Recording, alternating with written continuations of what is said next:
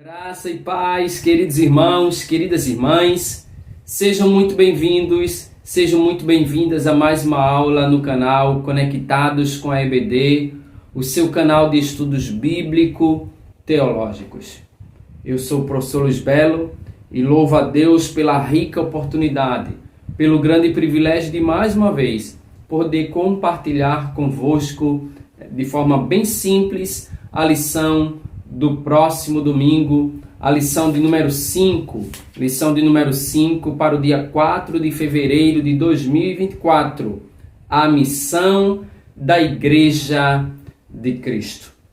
O texto áureo da lição encontra-se registrado no livro de Atos dos Apóstolos, capítulo 2, versículo 42, que diz o seguinte: E perseveravam na doutrina dos apóstolos, e na comunhão, e na oração, e no partir do pão. A verdade prática diz o seguinte: como o sal fora do saleiro cumpre a sua função de salgar, assim a igreja, quando adora e discipula, testemunha das insondáveis riquezas de Cristo.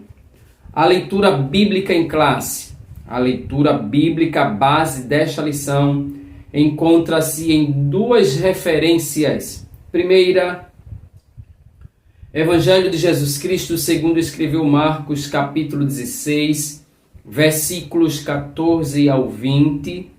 Logo após Atos, capítulo 2, versículos 42 a 47.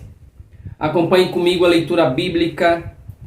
Marcos, capítulo 16, versículo 14, está escrito: Finalmente apareceu aos 11, estando eles assentados juntamente, e lançou-lhes em rosto a sua incredulidade e dureza de coração, por não haverem crido nos que o tinham visto já ressuscitado.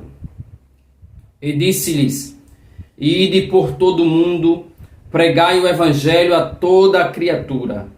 Quem crer e for batizado será salvo, mas quem não crer será condenado. E estes sinais seguirão aos que crerem. Em meu nome expulsarão demônios, falarão novas línguas, pegarão nas serpentes, e se beberem alguma coisa mortífera, não lhes fará dano algum, e imporão as mãos sobre os enfermos e os curarão. Ora, o Senhor, depois de lhes ter falado, foi recebido no céu e assentou-se à direita de Deus. E eles, tendo partido, pregaram por todas as partes, cooperando com eles o Senhor e confirmando a palavra com os sinais que se seguiram. Amém. Atos capítulo 2, versículo 42 ao 47 está escrito assim: E perseveravam na doutrina dos apóstolos, e na comunhão, e no partir do pão, e nas orações. Em cada alma havia temor, e muitas maravilhas e sinais se faziam pelos apóstolos. Todos os que criam estavam juntos e tinham tudo em comum. Vendiam suas propriedades e fazendas, e repartiam com todos, segundo cada um tinha necessidade. E perseverando unânimes todos os dias no templo, e partindo o pão em casa, comiam juntos com alegria e singeleza de coração, louvando a Deus e caindo na graça de todo o povo. E todos os dias acrescentava o Senhor à igreja aqueles que se haviam de salvar. Amém, meus irmãos? Baseando-nos nestas leituras, hoje abordaremos acerca da missão da Igreja de Cristo. Queridos irmãos, queridas irmãs, e eu já quero iniciar esta aula fazendo-lhes algumas perguntas relacionadas, obviamente, com a lição e já de forma bem clara abordando a temática da lição. Qual é a missão da igreja? Para que a igreja foi fundada estabelecida pelo nosso Senhor aqui na terra. Bem, baseando-nos nos textos nos quais a lição está embasada, podemos responder a essas e outras perguntas destacando claramente que a igreja foi chamada para proclamar, anunciar, pregar a mensagem do Evangelho de Cristo. Aliás, esta mesma igreja, ela está fundamentada, solidamente edificada na santa, bendita e inerrante palavra de Deus.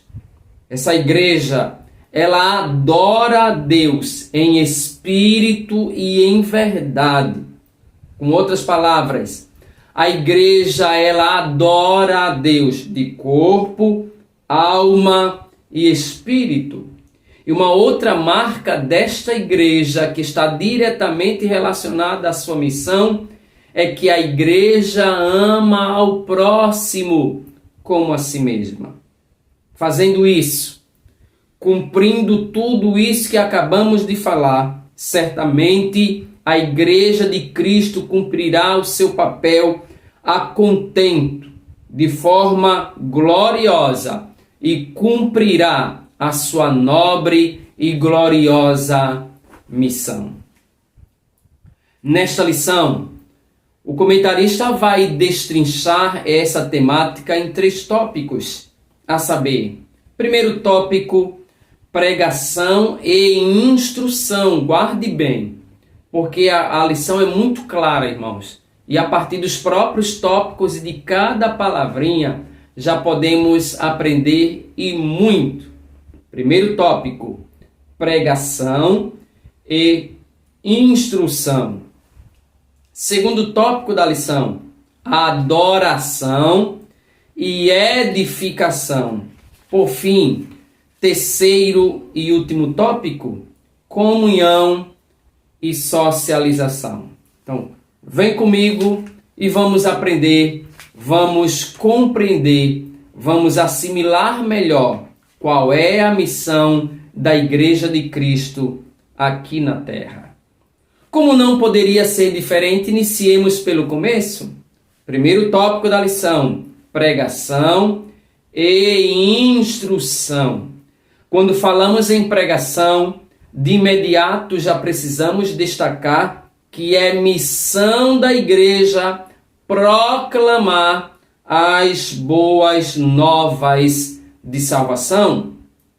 A igreja, ela foi literalmente fundada por Cristo.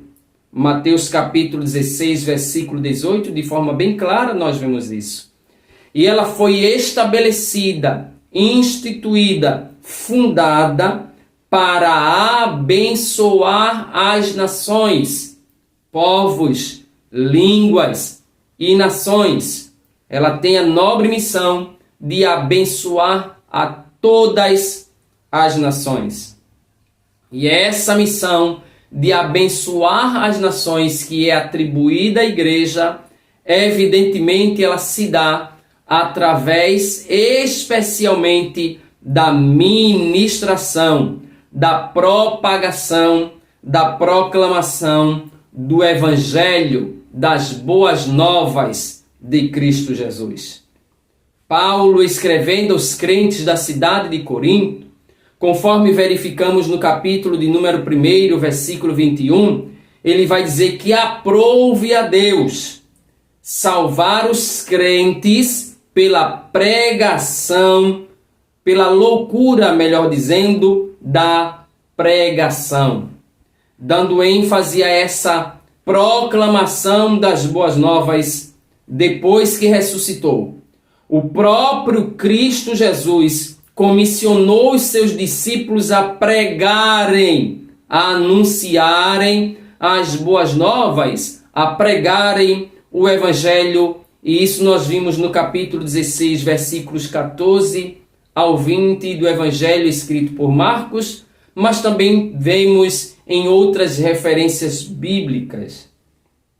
Aliás, referindo-se a essa nobre e importante missão da igreja, que é pregar o evangelho, Marcos ele empregou o verbo kerissó, traduzido como pregar, proclamar. O sentido, portanto, empregado por Marcos é de um arauto que proclama algo. E eu vou mais além.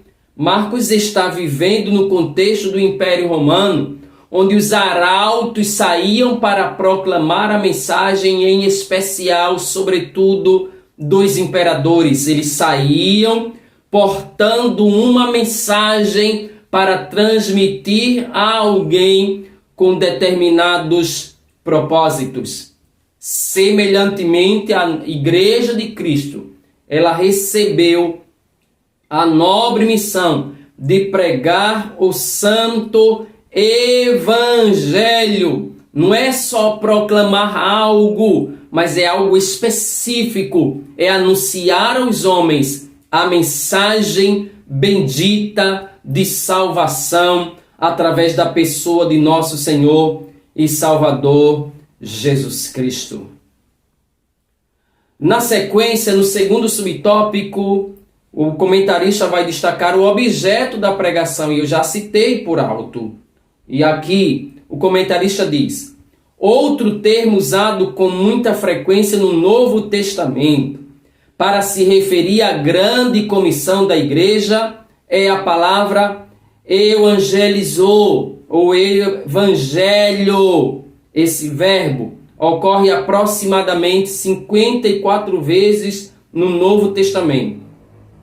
E o seu sentido principal é o de trazer as boas novas, pregar as boas novas. Sendo assim, o objeto das boas novas não se refere a alguma coisa, mas as boas novas aqui abordada por este evangelho é a pessoa bendita do nosso Senhor e Salvador Jesus Cristo. E nós, na condição de cristãos, não podemos parar de anunciar este evangelho. Não podemos parar de anunciar aos homens, fazendo Cristo conhecido entre os homens como o único e suficiente Salvador.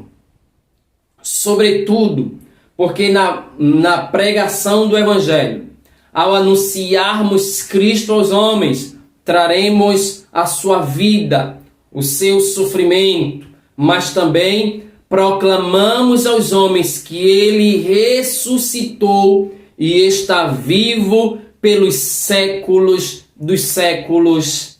Amém. Por fim, finalizando este primeiro tópico, nós destacamos aí discipulando os convertidos. Ora, a igreja tem a nobre missão de pregar o evangelho para tornar Cristo conhecido entre os homens. Pregar o evangelho para que os homens reconheçam que Jesus Cristo, Ele é Senhor e Salvador para a glória de Deus Pai. Depois de convertidos, dá-se um outro processo, que é o processo de discipular. Sim, precisamos ter a consciência que a igreja tem a responsabilidade. Se você preferir, a igreja tem a obrigação de discipular. Pregar e proclamar, disse o comentarista, é levar a palavra de Deus aos que estão do lado de fora da igreja, enquanto que discipular é instruir os que estão dentro da igreja. E o verbo discipular, derivado de uma palavra grega, mateteu, ocorre somente 4 vezes no Novo Testamento, enquanto que o substantivo discípulo, do grego matetes, percebamos que aqui são palavras cognatas que pertencem à mesma família. A palavra discípulos, ela ocorre aproximadamente 261 vezes. E o que é um discípulo? Discípulo, meus irmãos, de forma bem clara, é alguém que foi treinado, mas não apenas treinado, foi treinado para algo. Ele recebeu o treinamento, ele recebeu a instrução para cumprir uma missão. Percebemos isso no livro ou no Evangelho segundo escreveu Mateus, no capítulo de número 28, versículo de número 19, quando o próprio Jesus disse: Ide, ensinai todas as nações. Como sabemos, o verbo ide aqui é empregado por Cristo no contexto, no original grego, ele traz uma ideia de gerúndio, indo. A igreja precisa sair, a igreja precisa se mobilizar, a igreja precisa ser constante, é um presente contínuo, indo. Aí depois na sequência ele diz: ensinai todas as nações. Sim, fazendo discípulos, simplificando. Ensinar fazendo discípulos é discipulem, instruam, preparem, formem discípulos. É nossa missão, é responsabilidade nossa instruir, ensinar, educar de acordo com a santa e bendita palavra de Deus. Portanto, a igreja, ela não é formada apenas por crentes, mas ela é formada, sobretudo, por discípulos. Tendo em vista que alguém pode estar na igreja local sem, contudo, isso aqui é muito sério, irmãos. Alguém pode estar na igreja, cantar no conjunto, reger o conjunto, ser coordenador de conjunto, pasmem, pode ser professor de escola bíblica dominical, pode ser pregador, pode ser cantor, pode estar na igreja, mas pode não ser discípulo. Este é alguém que é capaz, o discípulo, presta atenção, é alguém que é capaz de reproduzir e passar para outros o que aprendeu. O discípulo de Cristo, ele aprende, ele absorve, ele é instruído, ele busca a instrução para ensinar a outros, indo, fazendo discípulos. E principalmente, este discípulo é alguém que vive por Cristo, em Cristo e para Cristo. O autêntico discípulo de Cristo, ele vive para a glória de Deus. Ele fala semelhante, disse João Batista: é necessário que ele cresça e que eu, você, nós diminuamos. Segundo tópico da lição: adoração e edificação. No cumprimento da sua missão aqui na terra, a igreja também precisa estar diretamente ligada à adoração e edificação. Sendo assim, o comentarista destaca aqui que a igreja é uma comunidade adoradora. No contexto bíblico, em falando de adoração, nós percebemos que a adoração significa dar a glória que é devida somente a Deus, somente ao nosso Senhor. É, portanto, tirar a atenção de nós mesmos para centrarmos unicamente no Senhor. Ele é o centro das atenções. Ele é o centro do nosso culto. Ele é o centro da nossa vida. Toda honra, toda glória, todo louvor e toda adoração devem ser tributadas só e somente a Cristo para todo sempre. Amém. Um outro detalhe que convém destacar é que a adoração, ela tem uma relação direta com o nosso serviço a Deus. Não é algo que apenas se faz no momento em que estamos em um culto durante 2 ou 3 horas. Não. A adoração, ela está diretamente relacionada à nossa maneira de ser, agir e viver. Eu não sou um adorador quando estou na igreja, eu sou adorador. A palavra ser adorador, aqui, ser, traz uma ideia de essência, é de um estado permanente, enquanto está, é um estado momentâneo. E muitos vivem nessa condição, estão adorando quando estão com o microfone para cantar ou para pregar. Estão adorando quando estão no culto, quando na essência o verdadeiro adorador adora o Pai em espírito e em verdade, na sua maneira de ser, agir e viver. Com outras palavras, de forma bem simples, o adorador, ele vive para Deus. Esse é o sentido mais preciso da palavra adoração no grego, letreia. Ele vive para a glória de Deus. O apóstolo Paulo roga à igreja de Roma, Romanos capítulo 12, versículo 1, que apresente a Deus o seu corpo em sacrifício vivo, santo e agradável a Deus. É ser, é agir, é viver. Isso é adoração. Aí ainda no segundo tópico, ele vai destacar o comentarista no segundo subtópico que a igreja também é uma comunidade edificadora. A igreja, ela proclama, ela adora, mas ela também edifica. A palavra a grega aqui para edificadora é oikodomé, que quer dizer edificar.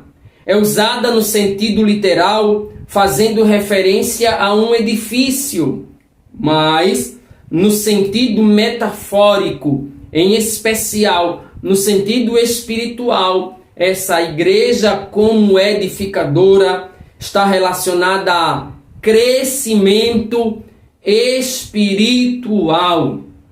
Como comunidade cristã, como corpo de Cristo, a igreja, ela serve para edificar vidas.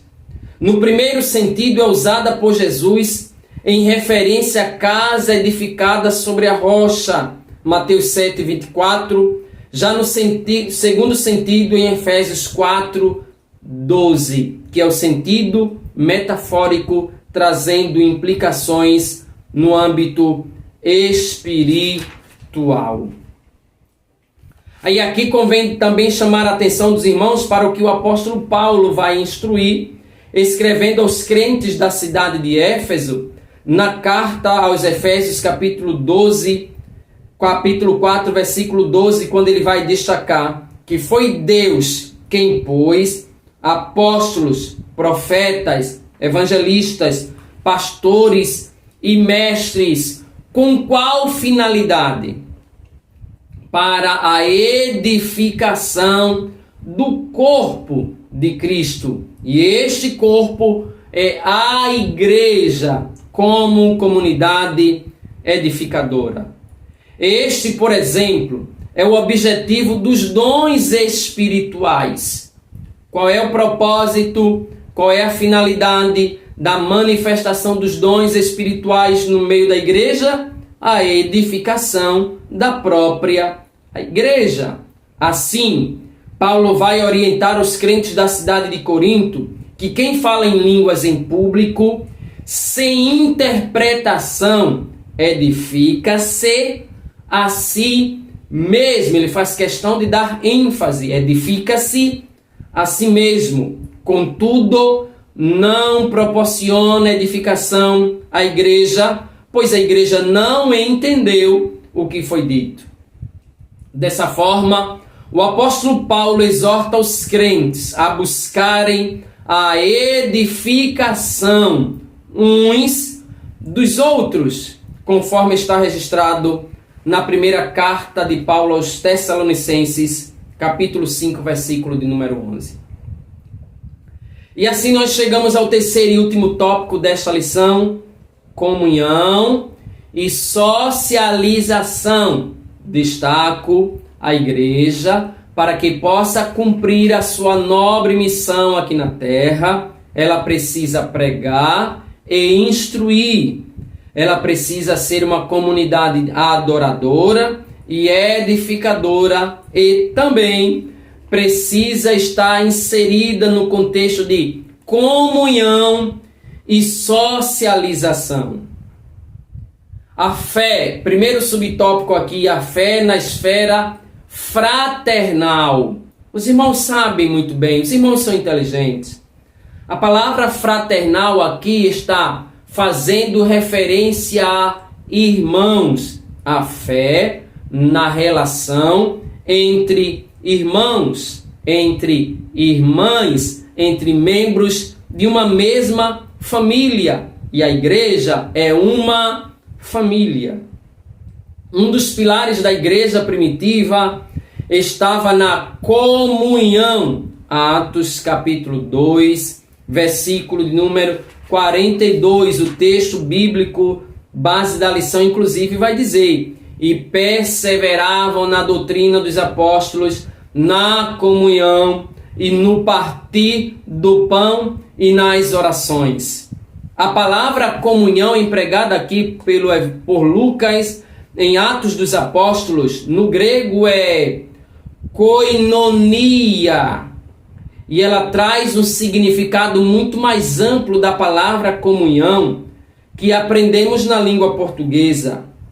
Ela vai ocorrer pelo menos 19 vezes no Novo Testamento, e o seu sentido traz como ideia parceria, participação e comunhão espiritual.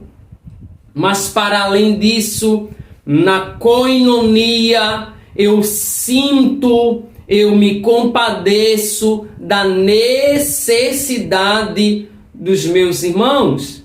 Eu observo a necessidade do meu irmão e sou impulsionado pelo Espírito Santo que habita em mim e pela relação de koinonia que há em nós, para que aquele meu irmão não sofra, não padeça. Eu sinto com ele as dores dele.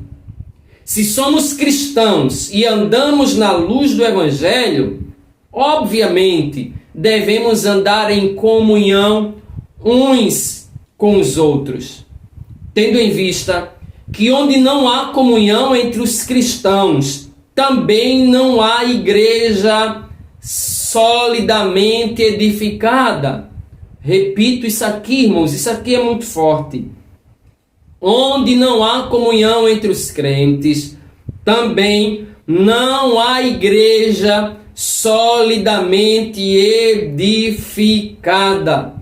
Não há, portanto, igreja onde seus membros vivem isolados e não mantêm comunhão uns com os outros. Irmãos, é triste, mas existem comunidades evangélicas, existem igrejas, existem congregações onde os irmãos não têm prazer de estar com os irmãos, onde os irmãos não se conhecem. Alguns passam, eu tenho privilégio, eu sou privilegiado por servir a Deus na minha congregação, como auxiliar, como porteiro, como cooperador. E eu faço questão de, quando estou na porta, falar com todos que entram. Mas existem irmãos que ficam na porta, não falam com quem entra. E existem irmãos que entram e não têm a capacidade de olhar para o porteiro e dizer: A paz do Senhor, meu irmão.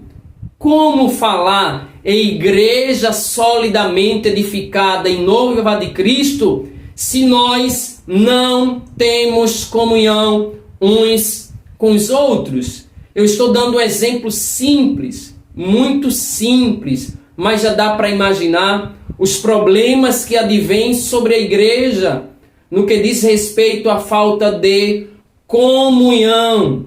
E a falta de comunhão, ela quebra a união, ela desfaz a unidade. E a igreja de Cristo, ela é um só corpo, formada por vários membros que precisam ter comunhão uns com os outros. Segundo subtópico desta lição, desse terceiro tópico, melhor dizendo, unidade e fraternidade. A igreja do Novo Testamento se expressa de forma gloriosa por meio da unidade e fraternidade entre seus membros. Aliás, a igreja, os crentes do primeiro século foram instruídos muito bem. Já na sua época, o próprio Jesus orou pela união fraterna de seus discípulos. Eu quero ler este versículo com vocês. João, capítulo de número 17. Abra sua Bíblia se você puder fazer isso.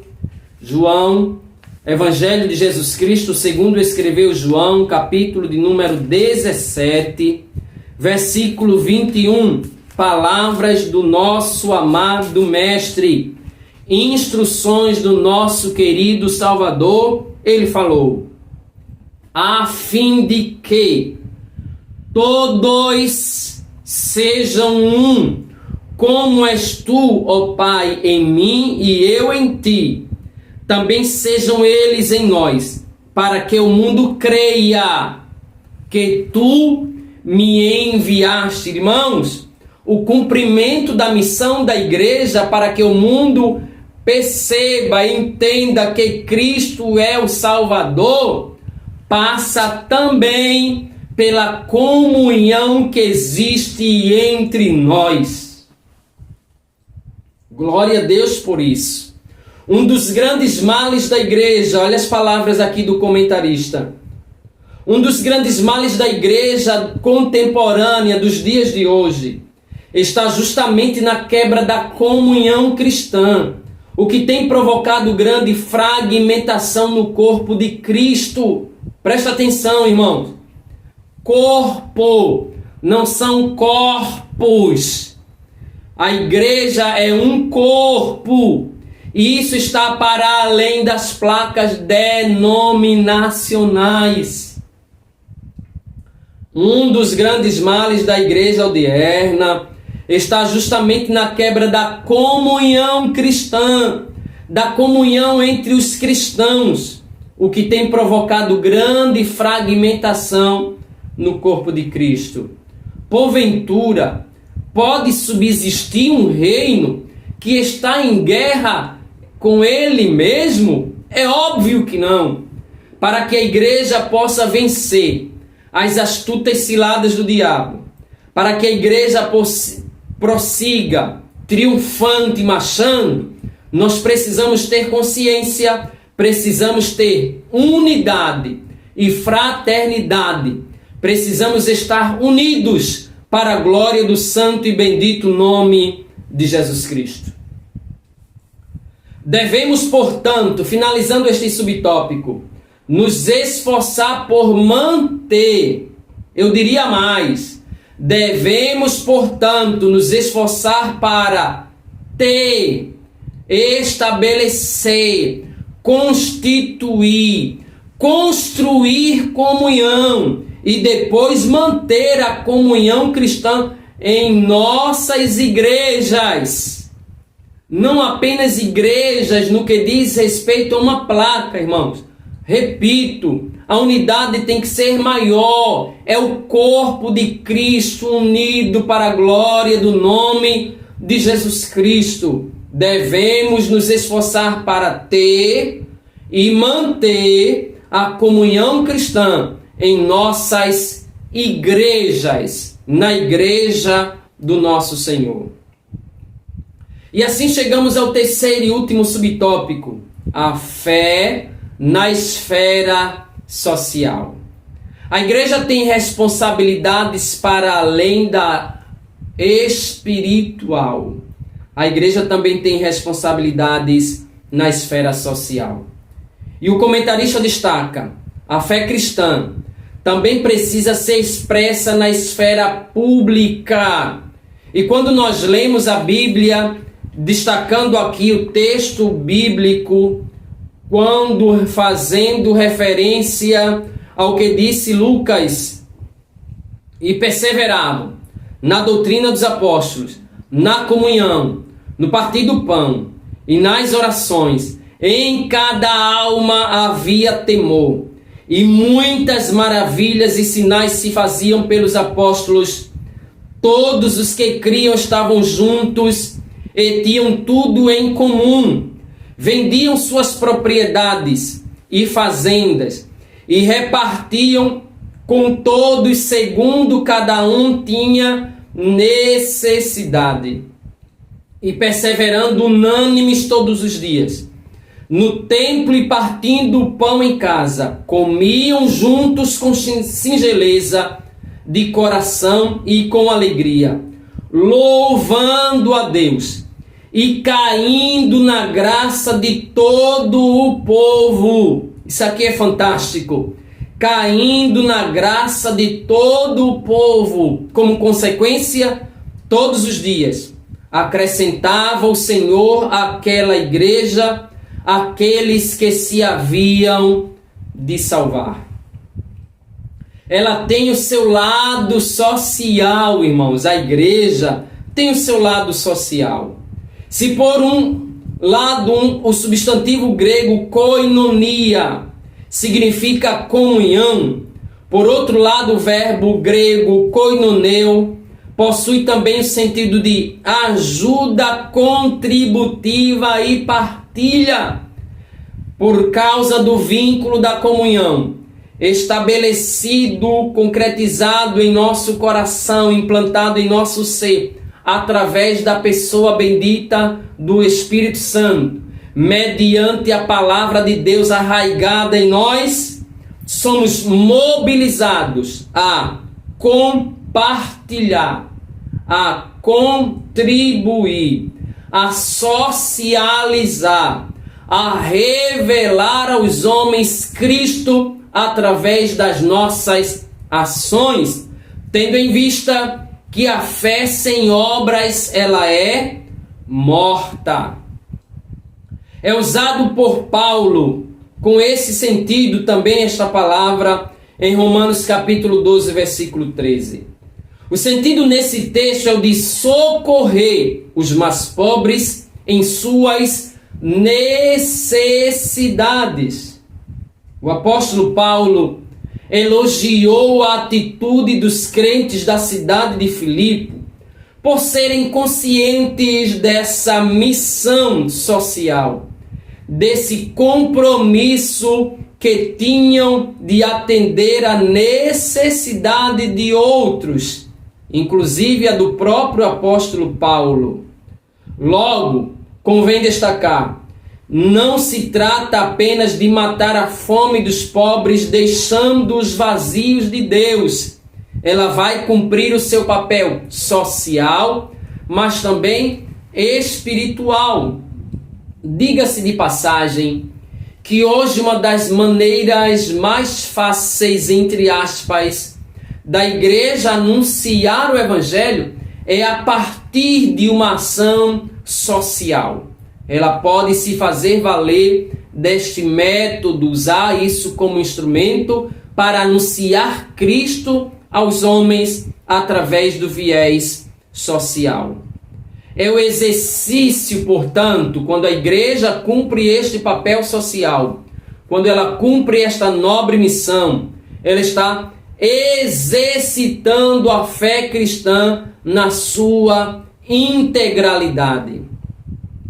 Logo, a igreja não pode exercer sua fé da maneira bíblica esquecendo-se dos mais carentes ou mais necessitados.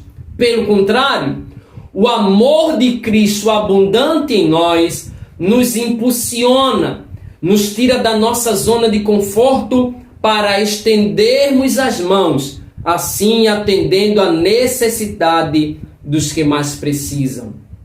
Que modelo de igreja somos quando poucos têm muito e muitos têm tão pouco?